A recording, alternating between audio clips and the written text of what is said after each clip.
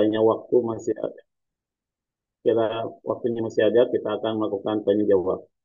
Baiklah, Bapak Ibu sekalian, kaum muslimin, kita buka pertemuan pada kali ini dengan kita membaca lafaz basmalah. Bismillahirrahmanirrahim. Untuk selanjutnya, marilah kita dengarkan sambutan dari Ketua DKM Masjid Arkan kepada Bapak Yusuf. Kami persilakan.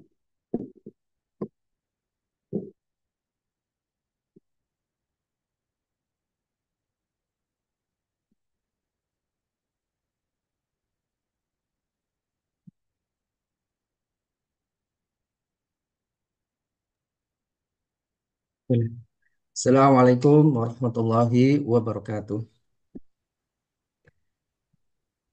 Alhamdulillahirabbil alamin. Wassalatu wassalamu ala asrofil anbiya'i wal mursalin wa ala alihi washabihi ajmain. Amma ba'd.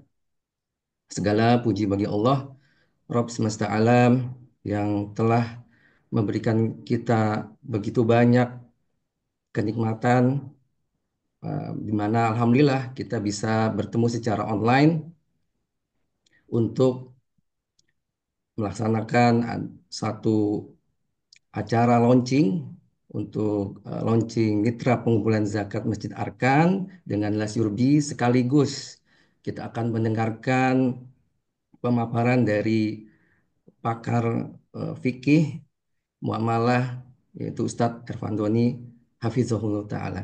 Baik, secara singkat kami ingin memperkenalkan terkait dengan adanya launching Mitra Pengumpulan Zakat atau MAZ ini antara Masjid Arkan dengan Las Yurbi Sodakot.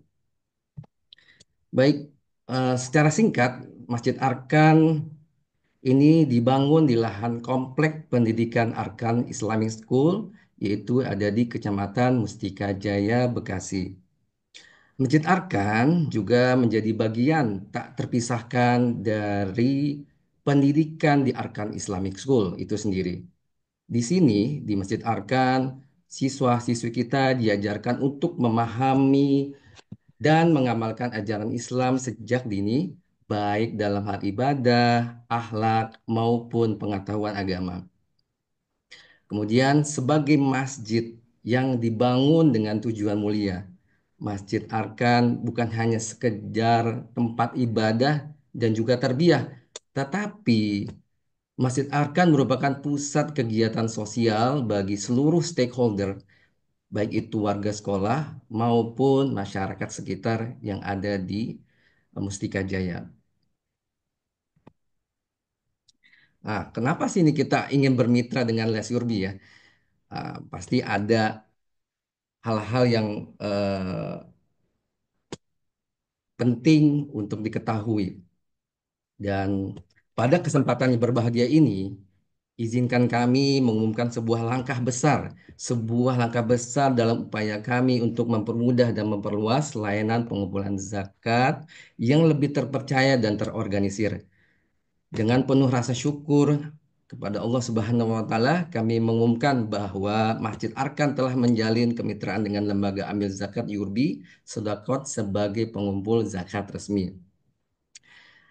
Pertama, yang dapat kita lihat bahwa mengapa kita ingin bermitra dengan Les Yurbi. Pertama, yang pasti ini udah sangat penting adalah legalitas ya. Kenapa legalitas ini kita penting? Karena ini agar kita dapat mendapatkan izin langsung dari negara, yaitu legalitas dari Kementerian Hukum dan HAM, kemudian ada Badan Zakat Nasional maupun Kemenak ya, atau Kementerian Agama Republik Indonesia. Nah, ini sangat penting bagi kami. Kenapa ingin bermitra dengan Yasurbi agar semua yang ikhtiar kami ini uh, dapat sesuai syariat tentunya dan juga mengikuti dari arahan pemerintah. Kemudian yang kedua, mempermudah pengumpulan zakat gitu. Melalui kemitraan ini kami menyediakan wadah yang lebih efisien dan terorganisir bagi umat Islam untuk menunaikan zakat, infak dan sedekahnya. Masyarakat dapat dengan mudah memberikan zakat mereka melalui berbagai saluran yang telah disediakan, baik melalui offline maupun online nantinya. Yang ketiga, pengelolaan zakat yang profesional dan tepat sasaran. Dan lembaga ambil zakat Yurbi Sodakot memiliki pengalaman dan sistem yang terpercaya dalam mengelola zakat. Kami percaya bahwa dengan kemitraan ini, zakat yang terkumpul akan disalurkan dengan tepat kepada mereka yang membutuhkan sesuai dengan syariat Islam. Kemudian yang keempat, transparansi dan akuntabilitas. Dengan adanya kerjasama ini, kami menjamin transparansi dalam pengelolaan zakat, sehingga setiap donasi yang diberikan akan dipertanggungjawabkan dengan jelas dan terbuka kepada masyarakat luas. Yang terakhir, eh, mengapa sih kita bermitra dengan Yubi adalah meningkatkan kesadaran dan partisipasi masyarakat. Kami berharap kemitraan ini dapat meningkatkan kesadaran umat Islam untuk menunaikan zakat secara rutin dan tepat waktunya. Dan juga mengajak lebih banyak orang untuk terlibat dalam program-program kebaikan yang bermanfaat bagi masyarakat. Dan ini adalah beberapa eh, poin yang kami ingin sampaikan bahwa kenapa kami ingin bermitra dengan Las Yurbi.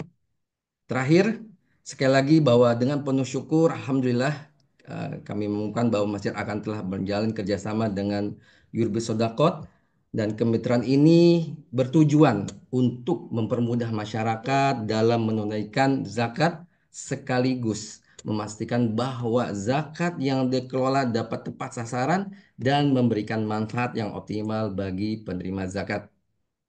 Demikian.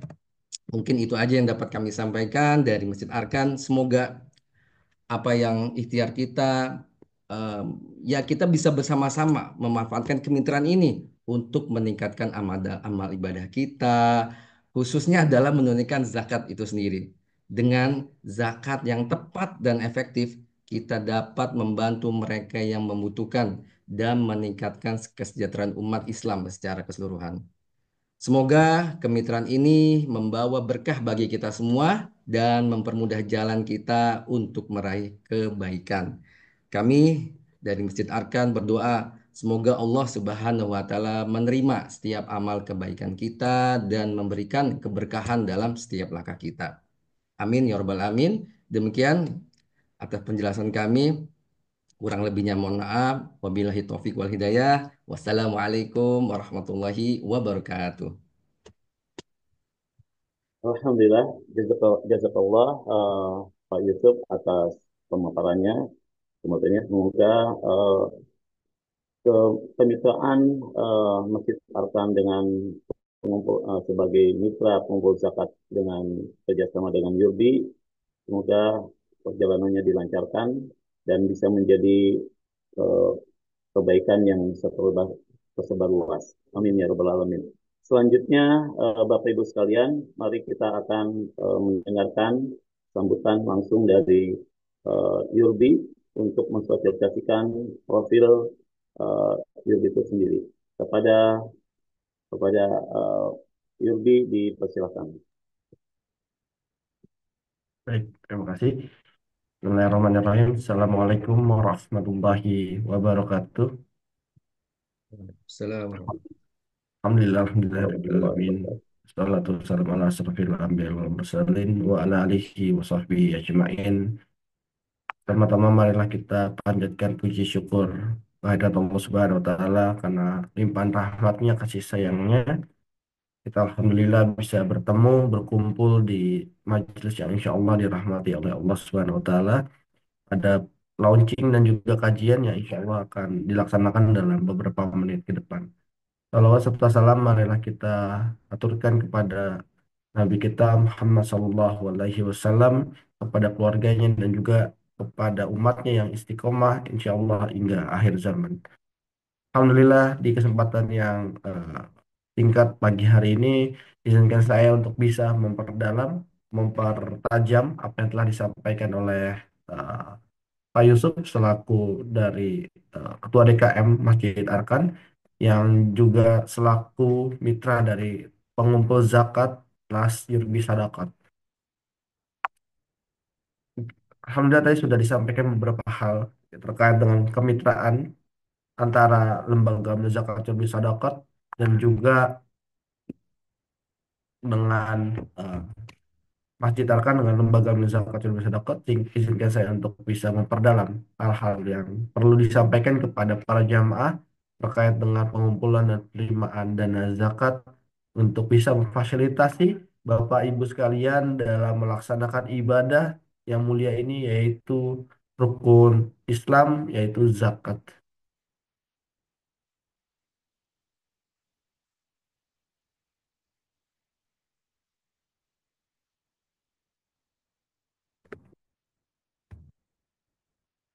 Afwan.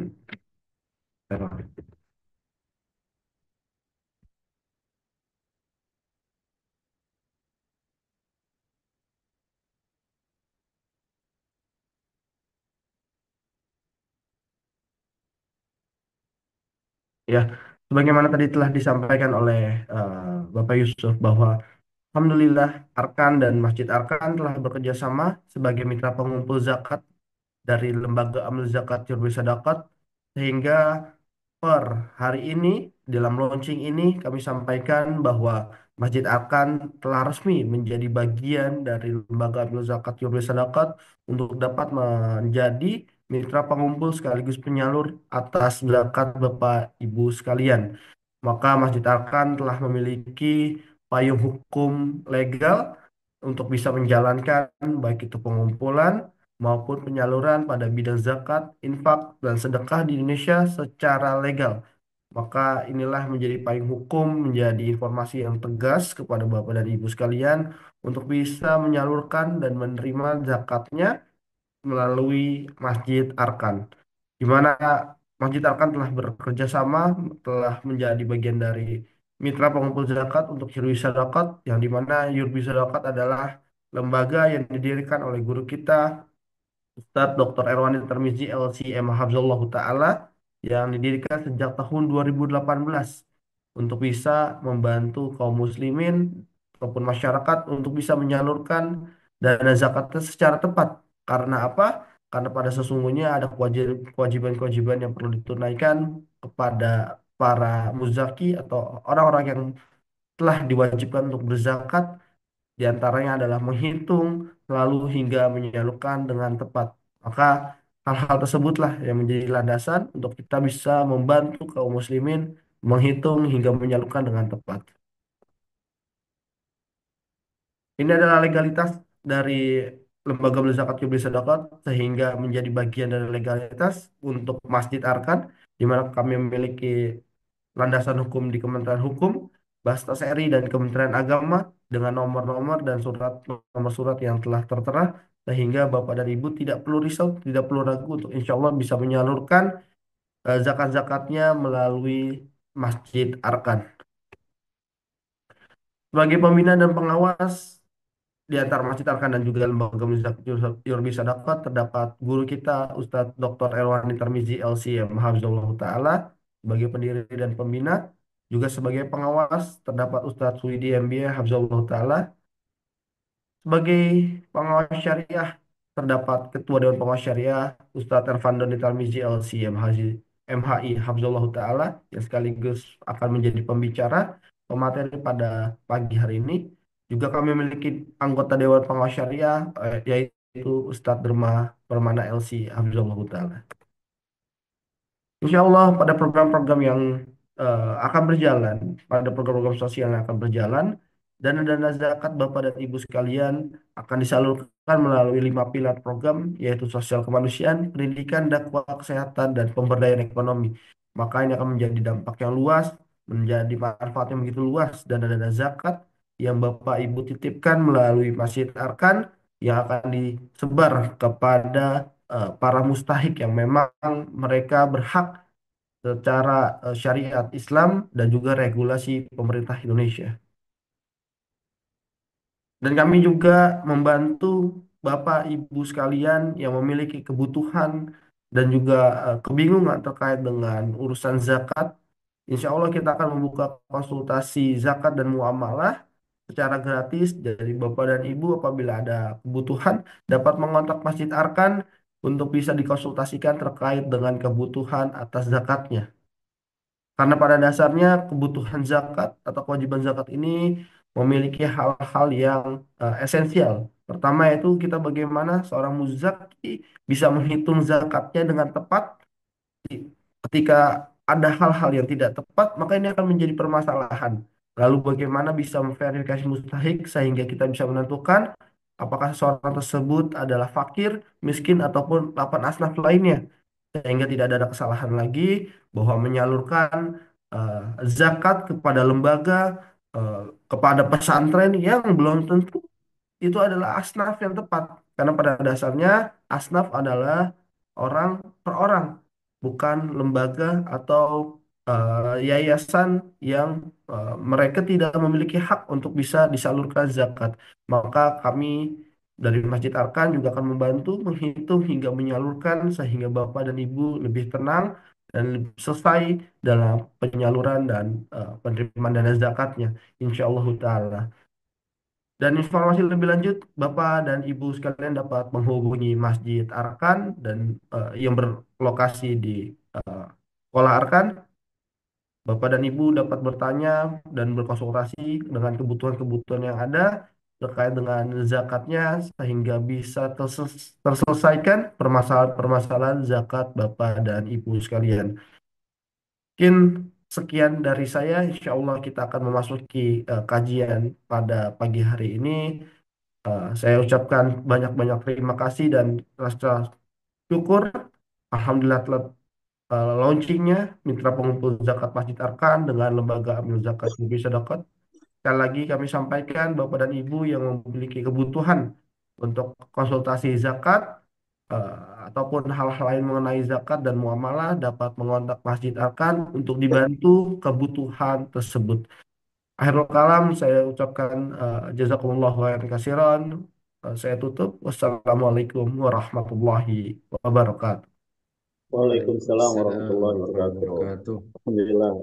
Terima kasih Ustadz Iqbal selaku pengelola dari IULBI yang telah menyampaikan secara gamblang terkait dengan profil IULBI-nya.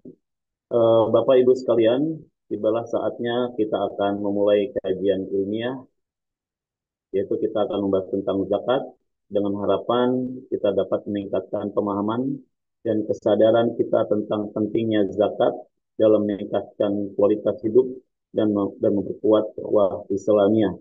Dipersiapkan catatan-catatannya sehingga apa yang disampaikan oleh Ustadz Efodini Tarmizi LC, Hafizahullah, semoga bermanfaat buat kita semua. Kepada beliau kami persilahkan.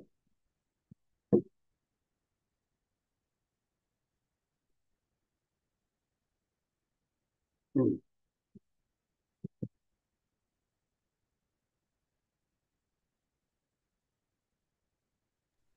Bismillahirrahmanirrahim. Assalamualaikum warahmatullahi wabarakatuh.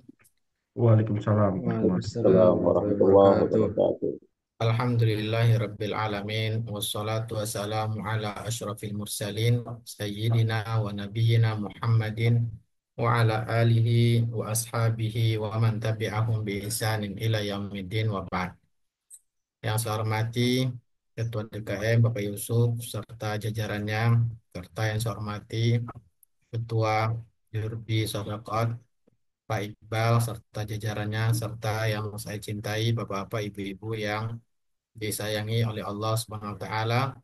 Kita bersyukur kepada Allah di waktu duha ini bisa hadir Zoom meeting dalam launching serta mengenal hukum-hukum tentang zakat. Yang mana zakat ini sesuatu yang wajib seorang muslim untuk mempelajarinya karena merupakan rukun Islam. Baiknya seorang muslim itu ketika dia bisa memahami, mendalami rukun Islam itu dan menjalankannya. Dan kalau kita perhatikan ayat di dalam ayat Al-Quran menggandengkan perintah sholat dengan perintah zakat sampai 82 ayat. Oleh karena itu, ketika Amirul Mukminin Abu Bakar memerangi orang-orang yang tidak membayar zakat dan ditanya oleh Umar bin Khattab radhiyallahu anhu, atas dasar apa engkau memerangi orang-orang yang tidak membayar zakat? Bukankah Rasulullah SAW mengatakan bahwa seorang itu diperangi sampai mereka menyatakan syahadat. Ketika sudah menyatakan syahadat, maka ya tidak itulah perintah Nabi sampai mereka bersyahadat. Maka Abu Bakar mengatakan, saya akan memerangi orang yang memisahkan perintah Allah, yang mana Allah sendiri menggandengkannya, yaitu perintah untuk sholat dan perintah zakat. Kemudian dia tidak melaksanakan perintah zakat, maka saya akan memerangi. Karena konsekuensi dari syahadat itu harus sholat, zakat, puasa, dan haji sesuai dengan kewajiban yang sudah Allah tentukan. Maka wajib bagi kita untuk paham secara rinci berkaitan rukun Islam zakat ini. Zakat supaya tepat ya, pelaksanaannya tepat ya, sesuai dengan yang diperintahkan oleh Allah. Adapun zakat secara bahasa artinya yaitu tumbuh dan berkembang. Adapun secara istilah ketika kita mendengar kata zakat di dalam Al-Quran maupun hadis Nabi, yaitu mengeluarkan bagian harta tertentu. Jadi yang kita keluarkan itu jelas, bukan dengan perkiraan-perkiraan. Sudah diatur oleh Nabi SAW. Dengan syarat-syarat tertentu. Jadi syaratnya juga akan kita ketahui nantinya, tidak semua harta itu wajib zakat. Ada syaratnya. Kemudian berikutnya harus kita ketahui, diberikan pada golongan tertentu. Allah pun menyebutkan golongannya. Tidak semua orang bisa kita menyalurkan zakat. Inilah yang harus kita pelajari, yaitu berapa zakat dan harta apa saja yang kita keluarkan, ya, dan kepada siapa kita menyalurkannya.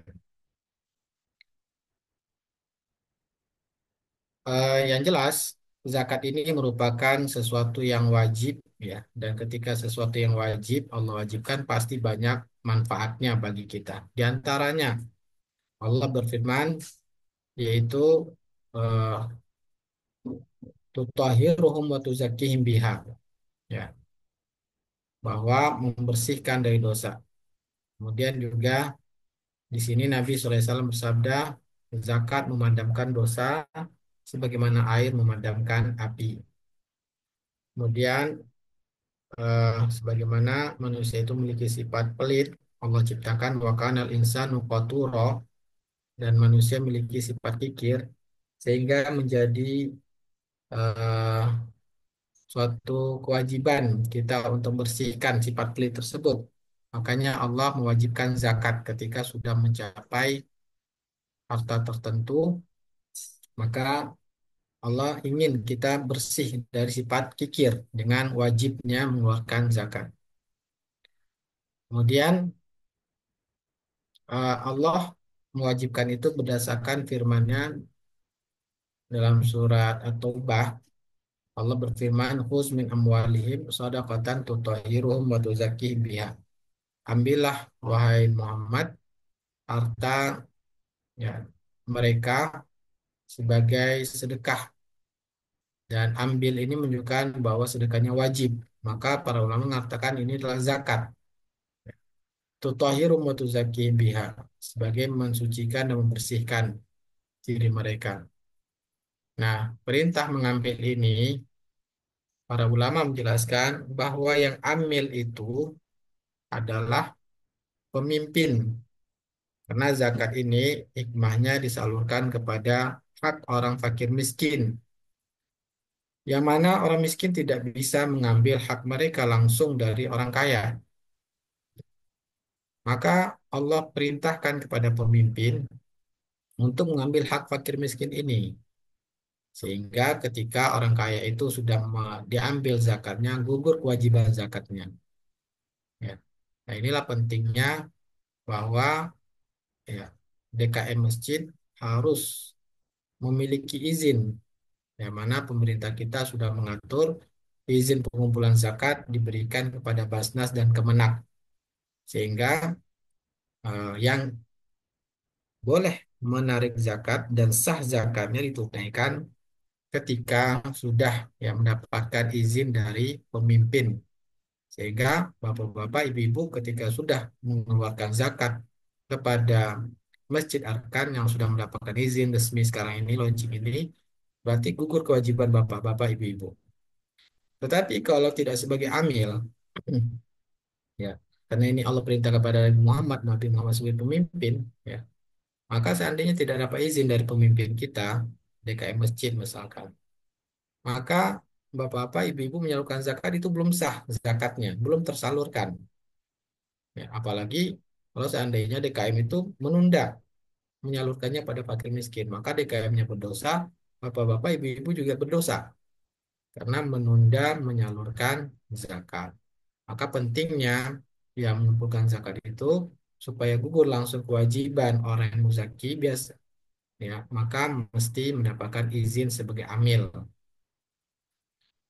Kemudian hikmah berikutnya melipat gandakan harta. Allah berfirman, wa yurbis shadaqat. Allah, makanya yayasan lembaga zakat kita diberi nama yurbis shadaqat, yurbi. Yurbi itu atau menyumbangkan. Allah memastikan bahwa bapak-bapak, ibu-ibu mengeluarkan zakatnya, harta yang tersisa itu akan berkembang. Berkembang secara materi maupun keberkahannya Allah memberikan keberkahan.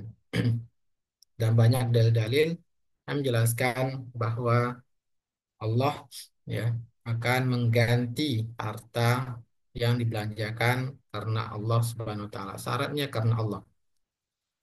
Kemudian dengan ditunaikan zakat terciptalah keadilan sosial sehingga wilayah di sekitar Masjid Arkan ya akan menjadi masyarakat yang mereka cukup dalam masalah harta untuk beribadah kepada Allah. Maka zakat ini tujuannya adalah agar orang-orang taat kepada Allah ya dan orang-orang juga cukup dalam masalah dunia karena tujuan sasaran dari Yurbi dan juga lembaga amal zakat yaitu menjadikan orang-orang ya mereka dekat kepada Allah ya. Jadi zakat itu tujuannya agar orang-orang dekat kepada Allah dan mereka juga dicukupkan dalam masalah dunianya. Makanya kalau orang misalkan kurang agamanya, kurang hartanya, dia cenderung melakukan kezaliman, mencuri dan lain-lainnya. Maka tugas zakat adalah bagaimana memahamkan orang masalah agama dan juga mereka dicukupkan kehidupan dunianya. Nah, semoga masyarakat sekitar menjalankan mereka menjadi orang-orang yang baik agamanya juga dicukupkan, pasti akan dicukupkan dari zakat yang kalau kekurangan, kalau fakir miskinnya. Dan fakir miskinnya tentu yang taat pada Allah. Kemudian menggerakkan roda ekonomi yang sudah kita jelaskan, karena dengan orang fakir miskin, mereka mendapatkan zakat, dicukupkan kebutuhan satu tahunnya, mereka bisa memenuhi kebutuhan pokoknya. Bisa berbelanja dan roda ekonomi di sekitar Masjid Al-Kan pun menjadi baik. Sehingga tidak ada kecemburuan sosial, ya, karena semuanya tercukupi kebutuhan mereka. Secara wajib zakat, Muslim kemudian milik orang tertentu. Nah, jadi bapak-bapak, ibu-ibu, kalau menghitung zakat itu pastikan dipisahkan antara harta suami dan harta istri. Karena kalau harta milik bersama itu tidak ada kewajiban zakatnya. Jadi cara menghitungnya itu harta istri dipisahkan dengan harta suami. Maka tidak ada kewajiban zakat harta baitul mal, harta wakaf, ya, yaitu miliknya adalah harta yayasan, itu milik umat. Maka tidak ada kewajiban zakat. Berikutnya dimiliki penuh. Nah, ya. Maka kalau belum kita miliki secara penuh, memang harta kita, tapi kita tidak bisa bertindak pada harta itu. Maka belum ada kewajibannya. Kemudian harta yang berkembang atau memungkinkan dikembangkan. Nah, jadi yang benar itu ya yang lebih dari kebutuhan pokok kita sudah bersisa atau yang lebih dari kebutuhan kita itu yang wajib zakat. Ya, maka banyak kesalahan ya, mereka tidak menghitung, mereka mengira yang berkembang itu hanya yang diinvestasikan. Sehingga tabung mereka emas yang disimpan mereka kira tidak wajib zakat. Padahal lebih dari kebutuhannya, buktinya tidak terpakai. Jadi maksudnya yang berkembang itu adalah apa? Yang lebih dari kebutuhan pokok. Kalau kebutuhan pokok tidak ada kewajiban zakat. Tapi kalau sudah berlebih dari kebutuhan pokok, maka itu wajib zakat. Maka Nabi mengatakan yang kita pakai, contohnya ya kuda atau kendaraan kita, dan nah, maka ini tidak budak juga tidak ada kewajiban zakat. Rumah yang kita pakai, ya kendaraan yang kita pakai itu tidak dihitung zakat. Kemudian syarat wajib berikutnya berlalu 1 tahun hijriyah. Ya, ini yang harus kita perhatikan. Kalau belum 1 tahun hijriyah belum ada kewajiban zakat. Ya, maka pastikan berlalu 1 tahun hijriyah. Tahunnya adalah tahun hijriyah. Maka ini yang sering terjadi kesalahan mengeluarkan zakat dengan Masehi dan mengeluarkan 2,5%. Ini kesalahan. Karena kalau menghitungnya tahun Masehi ada perbedaan 11 hari, maka mengeluarkannya harusnya 2,57%. Kalau kesulitan menghitung zakat dengan tahun Komariah, ya, misalkan laporan keuangannya eh, Masehi, maka keluarkan 2,57%. Kalau 2,5% berarti ada yang tertunda sebagiannya dan itu berdosa. Nah, jenis zakat ada yang pertama yaitu zakat mal. Yang zakat mal ini yaitu di masa Nabi berupa an-naqdain, dua mata uang, dinar dan dirham, emas dan perak. Nabi mengatakan, ya, maka emas, misalkan logam mulia kita, Nabi mengatakan, kana ya'khudhu min kulli isyrina dinaran fasaidan nisfa dinar. Pada setiap 20 dinar wajib dikeluarkan setengah dinar. Ya.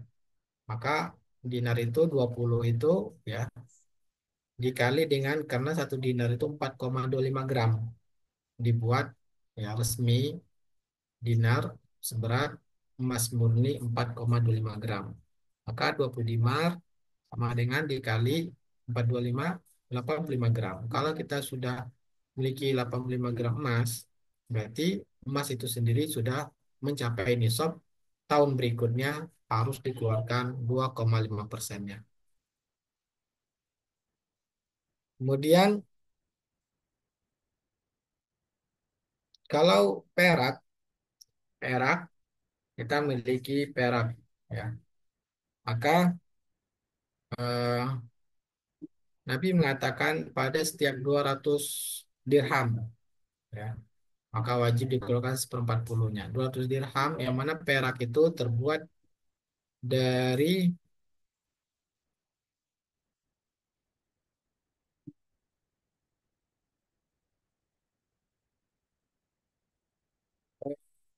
595 dibagi 200 berapa? 3,9 ya kalau tidak salah. Jadi 1 dirham itu 3,9 sekian, tidak sampai 4 gram. Nah, makanya kalau kita memiliki perak murni sama dengan 595 gram. Ya. Nah, maka dikeluarkan seperempat puluhnya. Ya, seperempat puluh atau 2,5% dari 595 gram. Kemudian yang disamakan dengan dinar dan dirham, uang kita. Ya, karena dinar uang di masa Nabi, maka uang di masa kita adalah uang. Maka uang ini kita mengikuti nisab dinar apa nisab dirham. Ya, maka terjadi perbedaan para ulama. Yang lebih banyak ulama mengatakan yaitu dengan emas. Ulama-ulama internasional banyak yang menyamakan uang itu dengan uang emas dinar karena lebih stabil. Karena kalau 595 gram ini lebih kurang hanya 12 jutaan. Tapi kalau 85 gram emas sekarang nilainya sudah 140 juta. Ya, kalau di masa Nabi itu banding 10, banding 10. Artinya 200 dirham ini sama dengan 20 dinar di masa Nabi nilainya. Ya. Jadi orang kaya di masa Nabi kalau sudah punya 200 dirham. Orang kaya kalau sudah memiliki 20 dinar. Nah, orang kaya di kita apakah memiliki 12 juta atau memiliki 140 juta? Nah, kalau dia hanya memiliki 12 juta, masuk Arkan satu anaknya. Kemudian satu lagi, Arkan berapa? Masuk Arkan bisa dimiskin kalau 12 juta ya, Pak ya. Langsung miskin, apalagi kalau sakit dia. Langsung miskin dia. Maka ya ce- yang lebih stabil standar kaya seorang ketika dia memiliki 85 gram emas, yaitu senilai 140 juta. Maka digabungkan karena dia sama uang tunai kita gabungkan dengan emas. Nah, gitu cara menghitungnya. Apalagi yang mesti kita gabungkan? Misalkan tadi sudah memiliki emas, kita gabung dengan rupiah. Kemudian kita memiliki saham. Saham ini misalkan kita beli saham, kalau niatnya memang diperdagangkan, beli sekarang, nanti bulan depan kalau mahal kita jual. Maka hitungnya nilai saham itu. Misalkan kita beli sahamnya 200 juta. Nah, maka 200 jutanya kita gabungkan dengan uang rupiah kita tadi. Ya, yang ada di tabungan atau ada di e-money atau ada di e-wallet, semua kita gabungkan. Uang tunai di dompet, ya, kita gabungkan. Nah, banyak orang yang lupa dia bahwa punya uang di e-wallet, nggak dihitung zakatnya, berdosa dia. Ya, kenapa? Karena semua uang itu harus dihitung yang ada di dompet, yang ada di tabungan, yang ada di ya di berbagai macam uangnya itu harus semua digabungkan. Kalau perusahaannya produksi, maka keuntungan bersihnya. Ya. Kemudian kalau perusahaannya perniagaan, ya maka itu dilihat aset lancarnya. Dilihat laporan keuangannya, baca aset lancarnya, dan aset lancarnya itulah disesuaikan dengan sahamnya, maka digabungkan dengan uang tunainya. Nah, kemudian yang samakan dengan uang, surat-surat berharga, obligasi. Kalau obligasi, wajib bertobat kepada Allah Ta'ala karena obligasi ada ribanya, ya harus cabut obligasinya. Kalau tidak, maka ya mendapatkan murka dari Allah Ta'ala. Wajib tobat kepada Allah Ta'ala. Kemudian ribanya dibersihkan dulu, disalurkan dulu untuk sarana umum. Ya, misalkan ada kebutuhan di sekitar Masjid Arkan untuk perbaikan jalan atau membangun WC umum. Nah, atau bisa juga untuk fakir miskin. Nah, baru pokoknya, pokoknya itu yang digabungkan dengan yang tadi diambil, dikeluarkan kalau sudah 1 tahun Hijriah 2,5%. Begitu juga barang niaga. Ya, barang niaga, barang yang diniatkan waktu membelinya memang untuk mencari keuntungan, menjualnya kembali. Ya, ini yang barang niaga. Tapi kalau membeli barang tujuannya untuk dipakai, maka tidak termasuk barang niaga. Apapun, misalkan kita beli kambing. Kenapa kamu beli kambing? Saya gemukin, nanti saya jual. Berarti barang niaga. Kenapa kamu beli durian? Karena durian ini mau saya beli, nanti saya jual, cari keuntungan. Duriannya berarti barang perniagaan. Nah, maka semua barang niaga juga kita gabungkan. Ya, kita gabungkan tadi, misalkan barang niaga saya 50 juta, ya, kemudian uang saya 100 juta, emas saya se, 100 gram, maka totalnya digabungkan.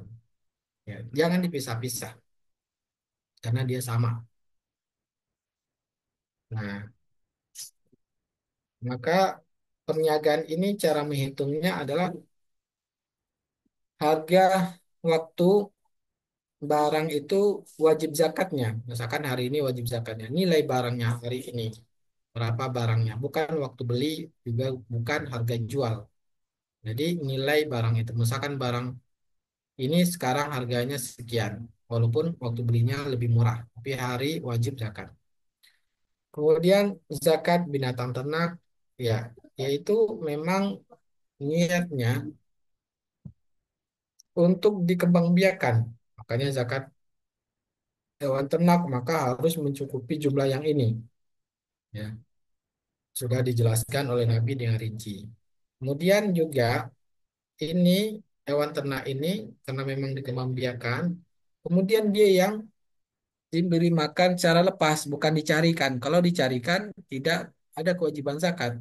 Ya, dikandangkan, kemudian dicari, maka tidak wajib zakat. Tapi ketika dia memelihara sampai banyak, tentu kita tanyakan, kenapa sampai kamu melihara sebanyak ini, tapi kamu cari makan? Mau saya jual, berarti barang perniagaan.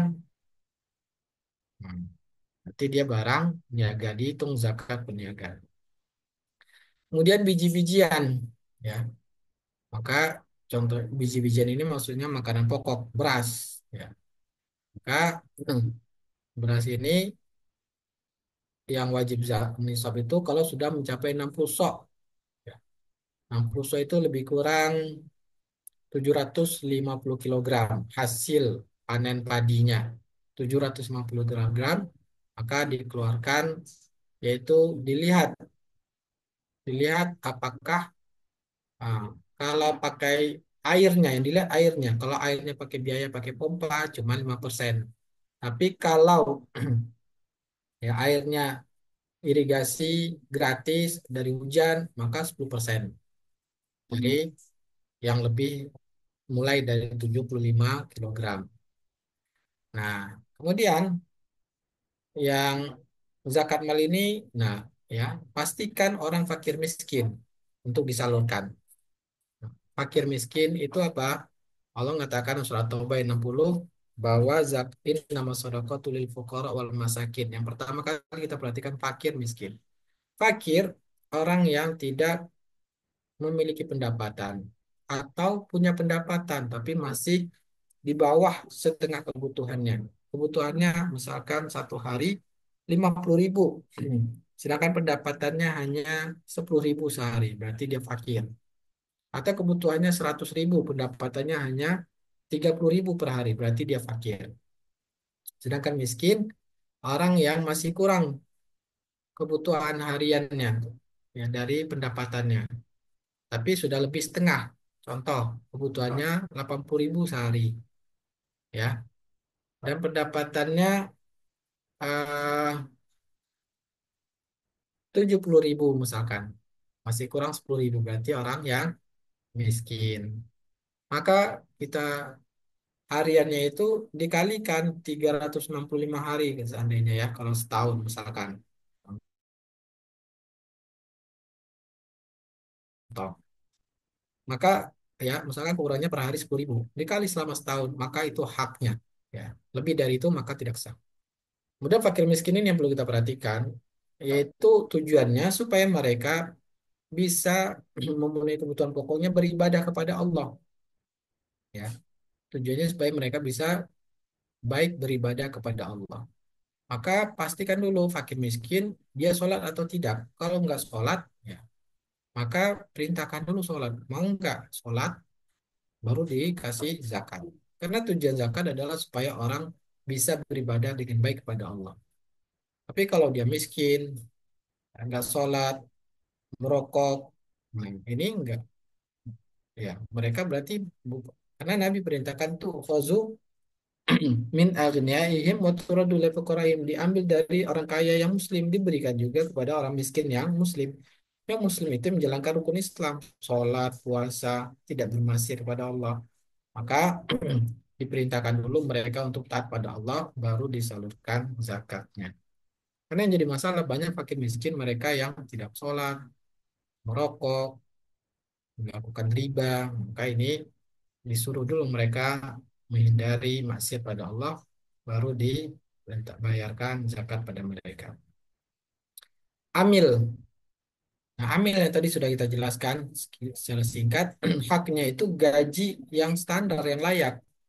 Misalkan akuntan ya di bagian A, di bagian bagian keuangan berapa gaji standar ya, misalkan UMR 5 juta, maka haknya hanya itu ya.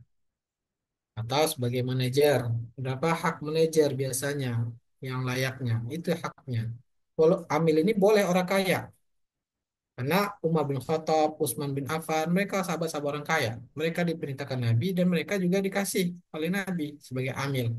Padahal sahabat-sahabat itu adalah orang-orang yang kaya. Maka penjelasan ulama, amil ini boleh orang kaya. Kenapa? Mereka sebagai orang upahan. Haknya dari zakat itu karena dia bekerja. Mu'allaf, orang yang non-muslim tapi diharapkan masuk Islam dan baik untuk Islam. Ya, atau orang yang sudah muslim tapi dia imannya masih lemah. Ya, maka ini untuk menguatkan iman mereka. Budak, budak yang muslim, ya mereka dimerdekakan. Kemudian orang yang berhutang, berhutangnya karena kebaikan, baik itu mendamaikan dua kaum yang berkelahi atau berhutang untuk kebutuhan pokok. Nah, tapi kalau berhutang yang untuk kemewahan, hutang yang untuk beli iPhone, nah maka ini tidak bisa disalurkan. Atau hutangnya bermaksiat, ada ribanya, maka nggak bisa. Ribanya itu dibayarkan dari zakat. Tapi kalau dia memang untuk kebutuhan pokok, kebutuhan pokok, kenapa kamu berhutang? Untuk makan sehari-hari. Tapi nggak ada yang bisa saya pinjam kecuali dari yang riba. Maka kita cukupkan, ya kita bayarkan utang pokoknya, ribanya, maka nggak bisa pakai zakat. Karena zakat itu hanya untuk yang perintah Allah, sesuai perintah Allah. Untuk haram nggak bisa. Fi sabilillah. Nah, fi sabilillah adalah orang yang pejuang di jalan Allah. Ya, orang yang menjaga agama Allah atau mempertahankan agama Allah.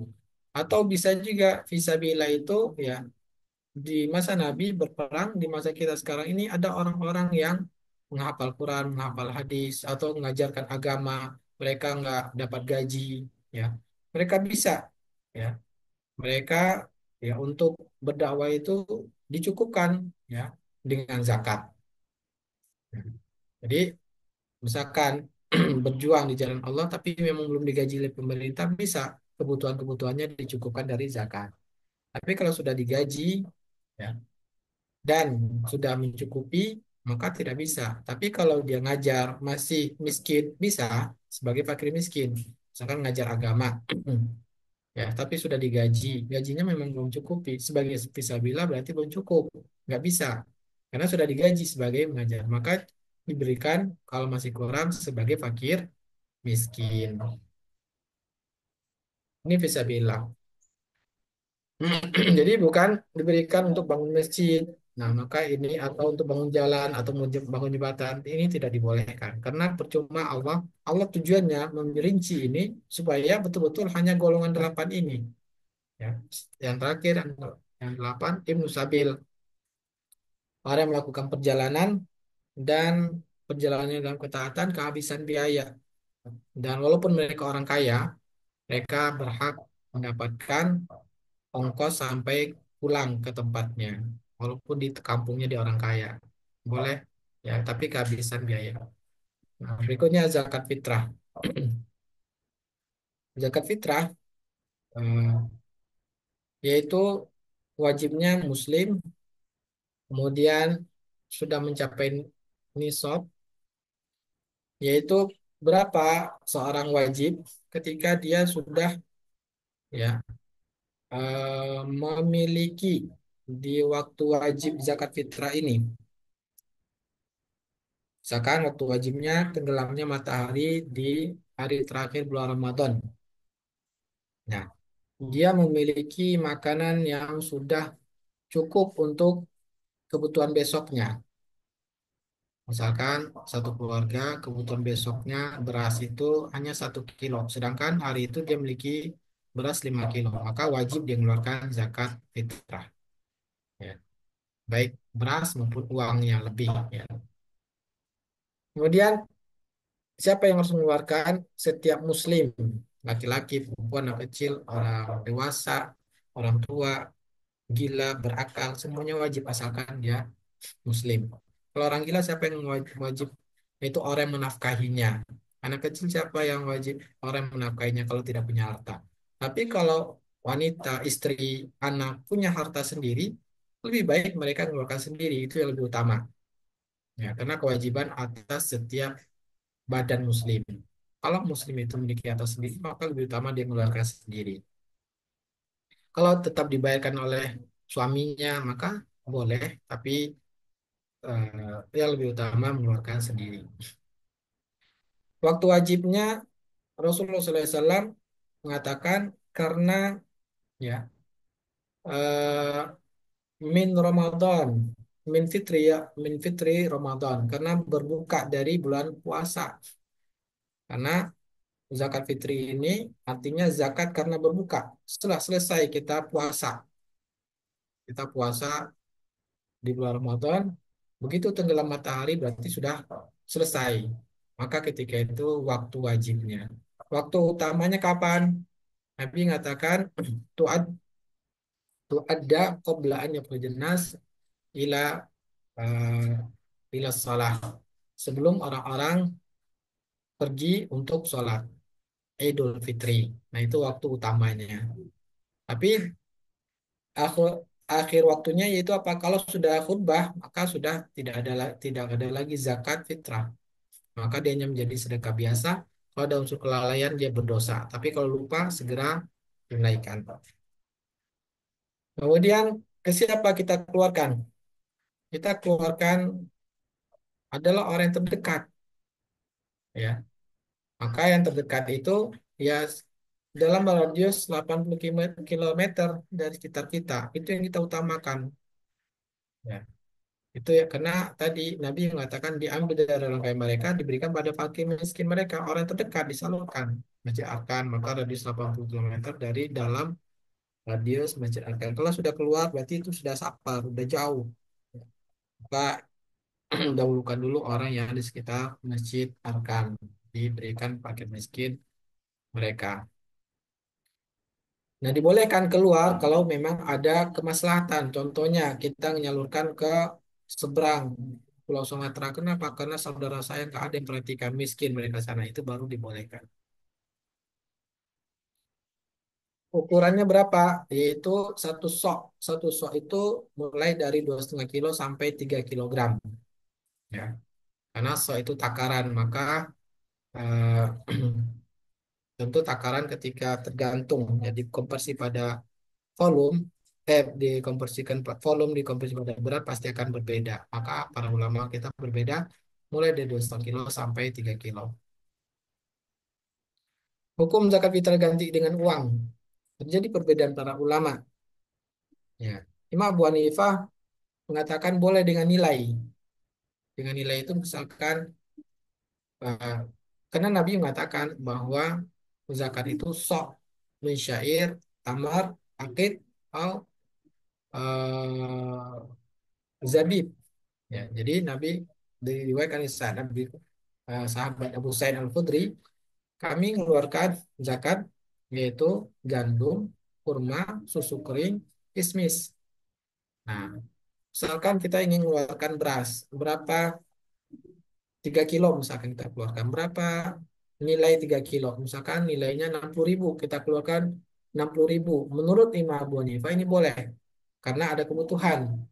Misalnya ya fakir miskin sudah punya beras tapi nggak punya lauk, ya, sehingga kita berikan daging senilai 3 kilo. Tadi 60.000 kita belikan daging, ya, 60.000 kita kasih fakir miskin untuk lauknya misalkan.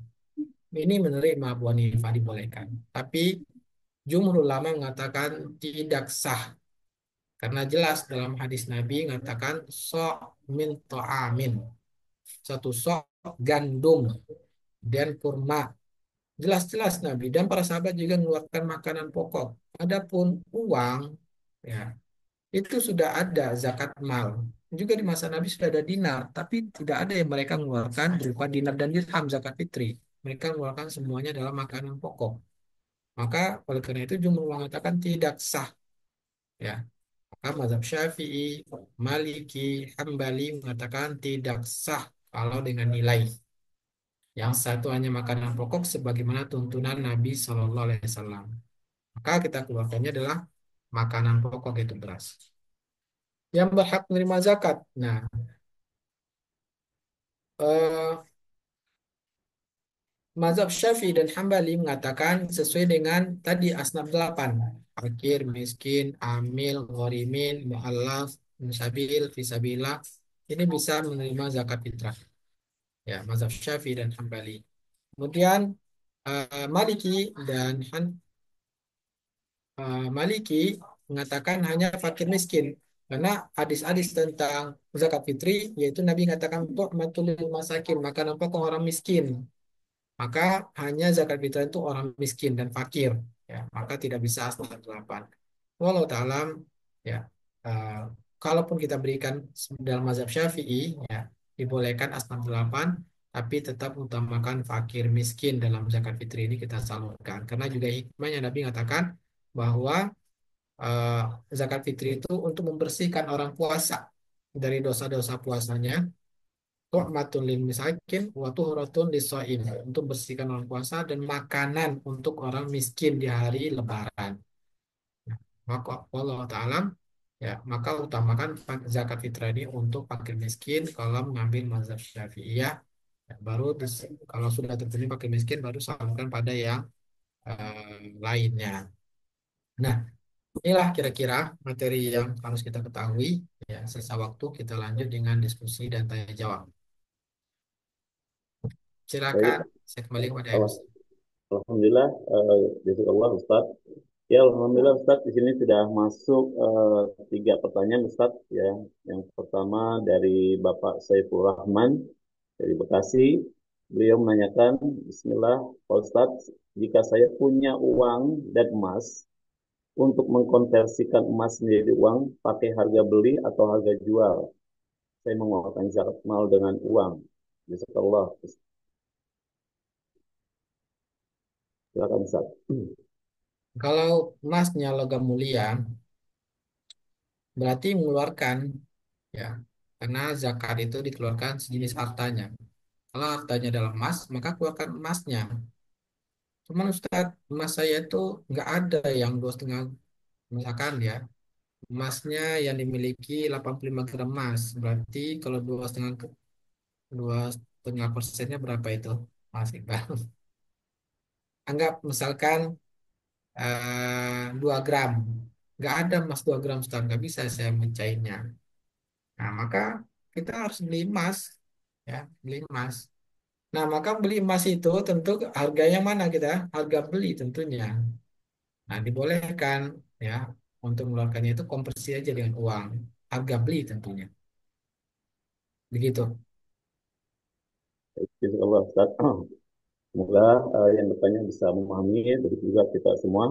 Selanjutnya pertanyaan dari Bapak Hartono dari Citerep. Assalamualaikum warahmatullahi wabarakatuh. Ustadz, eh, saya Ramadan tahun kemarin mengeluarkan zakat mal karena sudah sampai nisab dan haul. Untuk tahun ini sisa harta tahun kemarin sampai bulan Januari 2025 tidak sampai nisab. Kemudian saya Kemudian saya di akhir Januari dapat pemasukan dari bagi hasil usaha yang sudah dikeluarkan zakatnya sebelum dibagi. Dan sekarang harta saya dijumlah dengan yang lalu sudah sampai nisab. Seperti apa zakat seperti zakatnya? Apakah saya sudah wajib mengeluarkan zakat lagi, Ustaz? Terima kasih. Silakan Ustaz.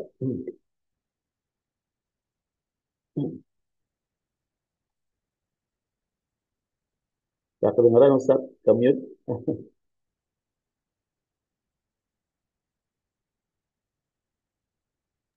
Ini ada di itu ya, di chat ya. Chat Iya, Ustaz. kami Ya. yang baik. Yang mana itu? Yang Bapak Hartono, Ustaz. Bapak Hartono dari Citerep. Saya Ramadan tahun kemarin mengeluarkan zakat mal karena sudah sampai nisab. Untuk tahun ini sisa harta tahun kemarin sampai Januari Sampai dan bulan tidak, kemudian Januari sempat hilang 2020. ya. Kemudian saya di akhir Januari dapat pemasukan bagi hasil usaha yang sudah dikeluarkan zakatnya sebelum dibagi. Dan sekarang harta saya dijumlah dengan harta yang lalu sudah sampai nisab lagi. Ya, maka kalau sudah pernah turun dari nisab, maka gugur kewajiban zakatnya, berubah haulnya jadinya. Ya, berubah haulnya, maka mulai lagi menghitung haul. ketika mencapai nisab lagi tadi, misalkan tadi akhir Januari sampai lagi nisab, nah, berarti berubah haulnya menjadi akhir Januari tadi tahun depan dikeluarkan. Begitu. Wallahu taala alam. Selanjutnya masih ada lagi Ustaz dari Bapak Tun Paksi Sare Harto. Izin bertanya bagaimana hukumnya tetap membayar zakat walaupun tidak sampai nisab. Tahun ini harta tidak sampai nisab, tapi tetap membayar zakat sebesar 2,5% dari total harta dengan menyatakannya sebagai zakat, bukan sebagai sedekah atau infak. Salah satu tujuannya sebagai pengurang pajak. Apakah boleh ataukah setornya harus tetap sebagai sedekah? Jazakallah khair. Tidak tidak sah sebagai zakat karena tadi kita katakan secara wajibnya sahnya itu kalau sudah mencapai nisab maka tidak sah sebagai zakat wajib. Maka dia hanya sebagai sedekah. Tapi kalau niatnya tadi untuk ngurangin pajak ya silakan aja ya. Niatnya untuk ngurangin pajak dan tapi kalau alam ini akan mengganggu nggak laporannya nanti Mas Iqbal. Takutnya malah ya, ya mengganggu laporan keuangannya pribadi orang tersebut. Kalau alam. Tapi intinya dalam syariat Islam pertanyaannya, kalau eh, diniatkan sebagai zakat tidak sah. Karena zakat itu sahnya ketika memang sudah memenuhi syarat-syarat wajib. Sama seperti kita sholat zuhur. Kapan wajib sholat zuhur? Ketika sudah tergelincir matahari. Kita sholat zuhur jam 10. Sah nggak sholat zuhur kita? Nggak sah. Ya, maka dia tetap mendapatkan pahala sedekah, yang mana pahala sedekah itu secara umum sama dengan zakat. Cuman bedanya zakat ini adalah wajib, tentu ada kelebihan yang lebih utama yang wajib ini. Cuman secara umum yang sunnah itu pun akan dilipat gandakan, akan dibersihkan hartanya, akan diberikan akhlak yang mulia. Nah, begitu. Wallahu alam. Hmm. Baik, Ustaz, jazakallah. Selanjutnya ada di chat juga, Ustaz. Terakhir mungkin ini ada pertanyaan dari Fadillah. Bismillah, Ustaz. Kalau marbot masjid apakah termasuk fisabilillah, Ustaz? Enggak. Tadi kita katakan orang yang fisabilillah itu adalah orang yang memang berjuang di jalan Allah. Contohnya, orang berjuang itu apa? Orang yang menghafal Quran, ya, orang yang menghafal hadis, orang yang mengajarkan Quran, orang yang mengajarkan hadis, ya. Nah, itu fisabilillah. Allah alam. Baik, mungkin mau bertanya langsung dari audiens yang ada, langsung dengan Ustaz. Silahkan untuk kasih simbol tangan. Hmm. Ada, oke, baik.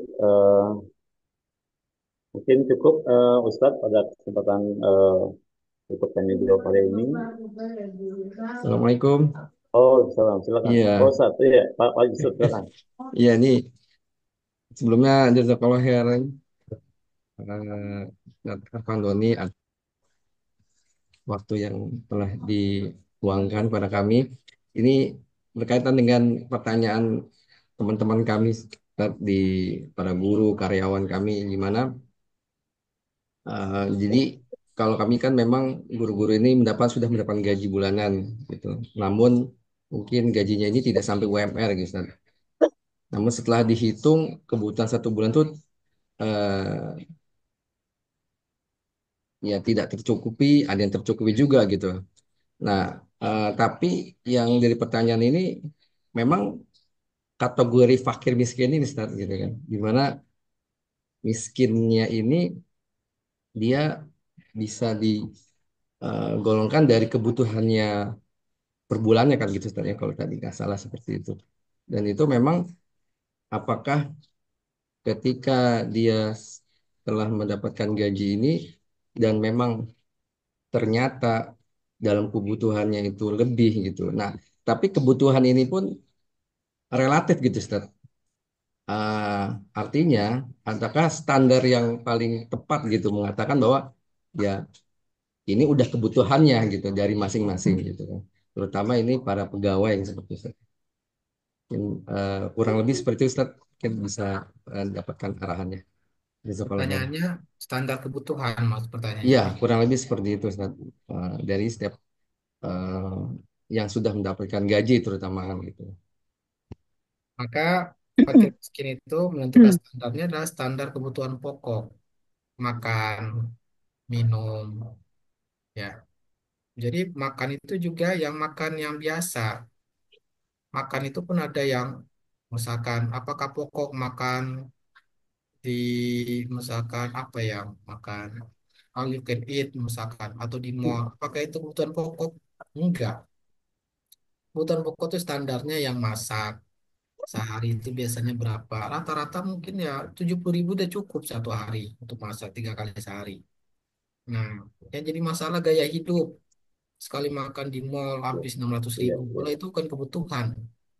Jadi yang dihitung adalah kebutuhan standar orang masak itu biasanya 70.000 ya untuk beli beras, lauk itu udah cukup satu hari 3 kali. Kalau yang hanya pandangnya dua itu yang dihitung. Kemudian listrik, listrik juga kebutuhannya yang standar.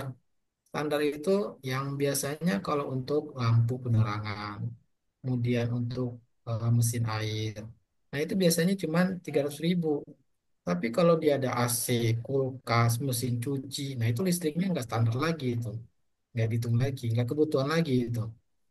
Nah kemudian tempat tinggal, kalau dia hanya suami istri, satu kamar udah cukup, maka nggak bisa saya maunya yang 2 kamar, berarti nggak kebutuhan dasar lagi. Ya, kalau dia punya anak, maka 2 kamar.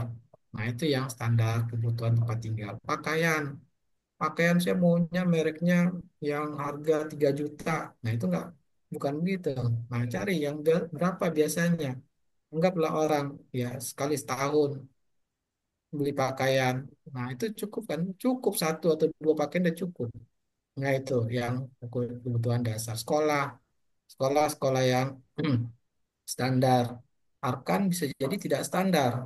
Kalau misalkan harga SPP-nya, misalkan ya, misalkan per bulan 600.000 itu nggak standar.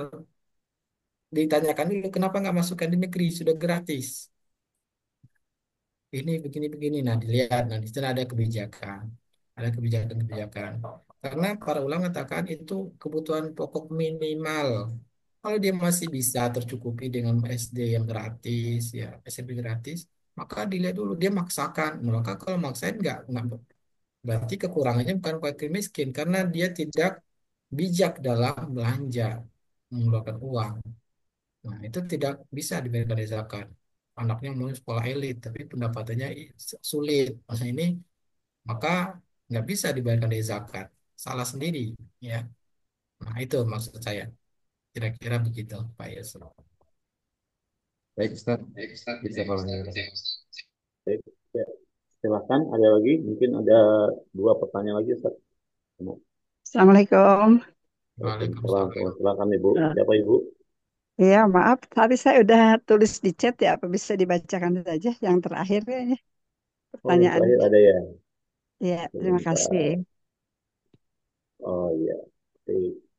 Ini Ustaz, apa bertanya Ustaz? Saya bertanya jika kita punya catatan di tabungan 1,5 M, 1,2 M, tapi uang saya dipinjam sama adik-adik dan teman 500 juta, dan saya pun punya hutang bank 180 juta. Jadi bagaimana menghitung zakatnya? Silakan Ustaz. Bentar, saya lihat dulu ya, biar lebih. Ibu Kalis Roswati. I- Tabungan 1,2 M. Ya. Iya, Kemudian di catatan. zaman pada adik ini lancar, kira-kira lancar nggak, Bu?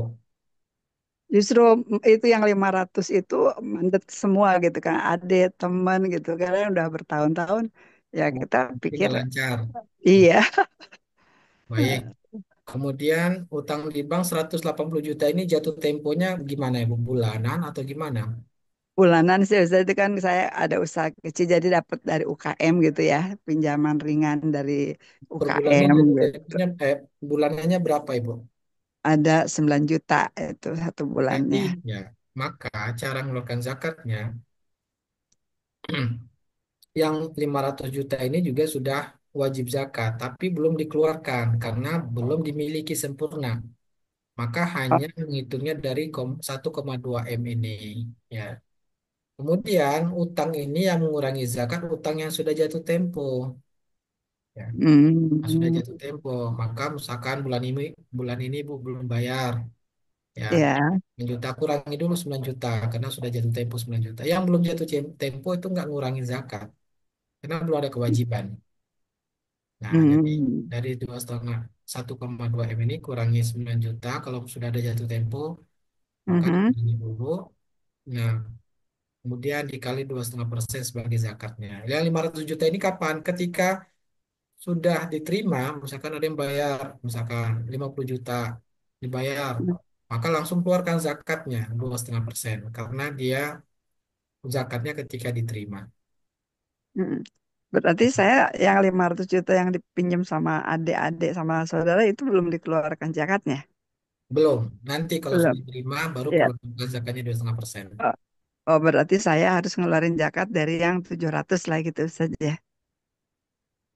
700. Kan 1,2, lima Bukan ratusnya juga. dipinjam kan tuh nggak, karena Oh namanya gitu, sama iya saudara. iya iya Iya, iya. sama saudaranya nggak tahu kapan pulangnya kan, kapan Iya iya. kembaliinnya Dari gitu tujuh kan. ratus Bu berarti. Oh gitu, dari Ya, 700 berarti saya ngeluarinnya dari yang 700 saja gitu. iya. Kurangin dulu kalau sudah ada cicilan jatuh tempo. Oh baik Ustaz, ya, ya. Terima kasih Ustaz jawabannya. Ya. Ya, oh iya, oke. Assalamualaikum. Waalaikumsalam. Satu lagi Ustaz, yang di atas Ustaz dari Ibu Ibu Uci nih. Ustaz. Di atasnya Ustaz, di atas Bu Elis. Bu siapa Ibu? Oh iya.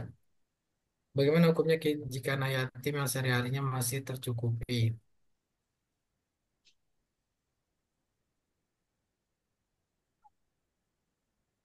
Kalau anak yatim, ya dia miskin, tapi ada yang mencukupi, enggak makan sudah bukan miskin lagi.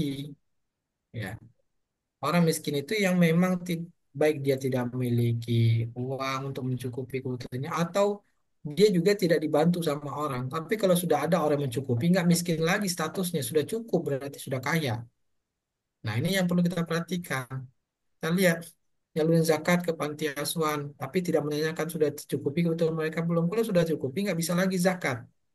Ya, kemudian apakah harta simpan itu harus dikeluarkan sekarang? Iya, tadi yang kita katakan. Nah, ini yang banyak kesalahan. Harta simpanan itu berarti tidak terpakai.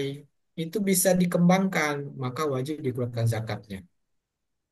Ya, banyak orang yang mengira simpanan itu karena tidak dikembangkan berarti nggak wajib zakat. Ini kesalahan, salah Hmm. memahami. Ya. Dikira hanya yang berkembang, yang diinvestasikan, yang disimpan enggak. Maka itu suatu pemahaman yang salah. Yang benar, yang tidak wajib zakat itu yang dipakai. Ya. Kalau sudah tidak terpakai, artinya bertambah. Nah, itu bisa kita kembangkan, walaupun kita tidak mengembangkannya, tapi ada kesempatan untuk mengembangkannya. Maka dia wajib zakat. Ya, wallahu alam. Baik, mungkin ini akhir dari sesi tanya jawab Ustaz. Selanjutnya kepada Bapak Ibu sekalian, untuk pertanyaan yang berlanjut dapat menghubungi nomor WA Bapak Iqbal dari Yurbi yang tercantum di chat ya. Silahkan. Demikian pertemuan kita hari ini. Jazakallah khair Ustaz atas pemaparan ilmunya. Sangat bermanfaat sekali buat kita semua. Semoga kita semua bisa menunaikan, menjalankan rukun Islam yang ketiga. Ustaz, mungkin closing dulu Ustaz. Ya, tadi bahwa zakat ini kewajiban rukun Islam ketiga. Wajib setiap muslim mempelajarinya dan mengerjakannya sesuai kewajiban tersebut agar menjadi muslim yang baik kepada Allah Subhanahu wa taala. Semoga kita diberikan taufik untuk terus belajar dan mengamalkan yang kita pelajari. Amin ya rabbal alamin. Baik, demikian. Terima kasih Ustadz atas pengulangannya. Baiklah Bapak Ibu sekalian, demikianlah akhir pertemuan kita pada hari ini. Semoga kehadiran kita di ruang Zoom ini mendapatkan rahmat dari Allah Subhanahu wa taala dan tentunya insya Allah kita mendapatkan manfaat yang banyak. Marilah sama-sama Amin. kita tutup dengan sama-sama membaca doa kafaratul majelis. Subhanakallahumma bihamdika asyhadu an la ilaha illa anta astaghfiruka wa atubu ilaik. Wassalamualaikum warahmatullahi wabarakatuh. Waalaikumsalam Waalaikumsalam warahmatullahi warahmatullahi wabarakatuh. wabarakatuh.